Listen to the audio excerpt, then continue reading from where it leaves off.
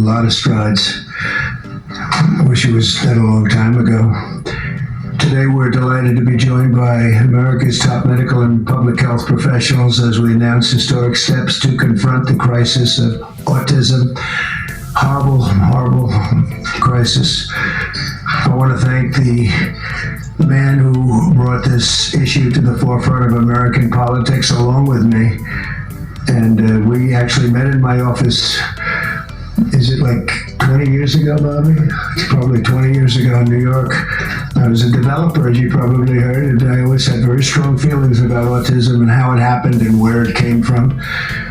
And he and I don't know, the word got out, and I wouldn't say that people were very understanding of where we were, but it's turning out that we understood a lot more than a lot of people who studied it, we think.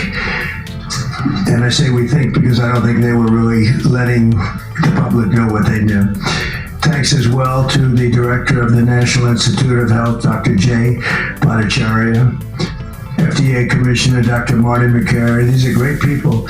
Administrator of the Centers for Medicine and Medicaid Services, Dr. Mehmet Oz, and Acting Assistant Secretary of HHS, Dr. Dorothy Fink. So thank you all. Thank you, Dorothy, very much. The meteoric rise in autism is among the most alarming public health developments in history. There's never been anything like this. Just a few decades ago, 1 in 10,000 children had autism. So that's not a long time. And I've always heard, they say a few, but I think it's a lot less time than that. It used to be 1 in 20,000, then 1 in 10,000. And I would say that's probably 18 years ago. And now it's 1 in 31, but in some areas it's much worse than that, if you can believe it, 1 in 31. And I gave numbers yesterday. For boys, it's 1 in 12. I was told that's in California where they have, for some reason, a more severe problem. But whether it's 1 in 12 or 1 in 31, can you imagine? That's down from 1 in 20,000, then 1 in 10,000. And now we're at the level of 1 in 12 in some cases. 1 in 12 for boys with autism. That is an astonishing number. Wow. For boys, 1 in 31 overall.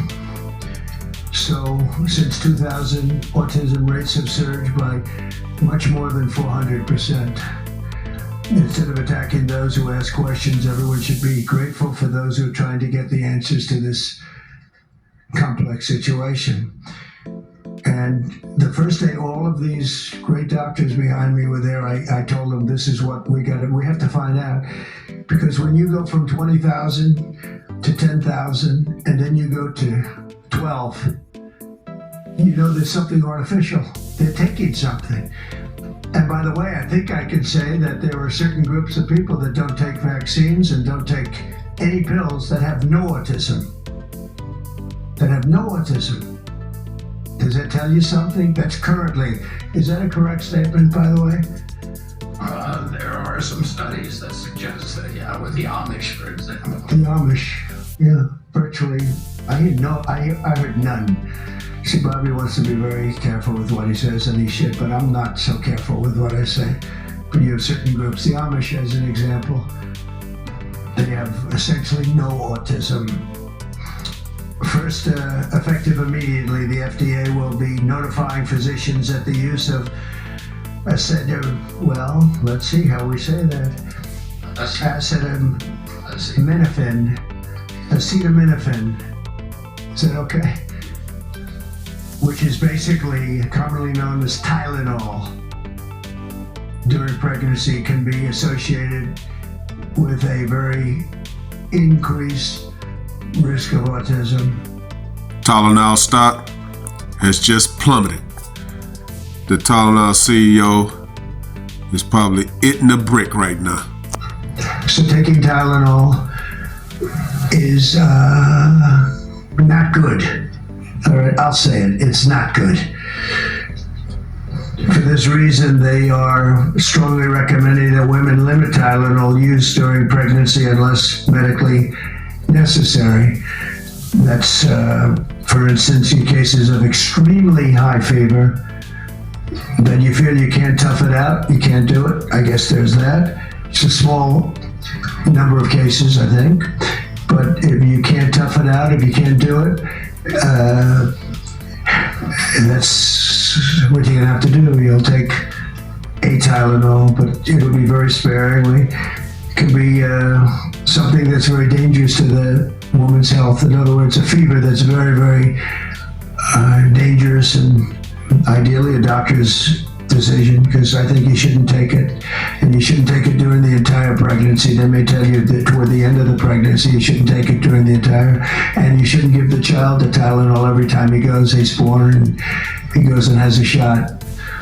You shouldn't give a Tylenol to that child. All pregnant women should talk to their doctors for more information about limiting the use of this medication while pregnant. So ideally you don't take it at all, but if you can't tough it out, or if there's a problem, you're going to end up doing it.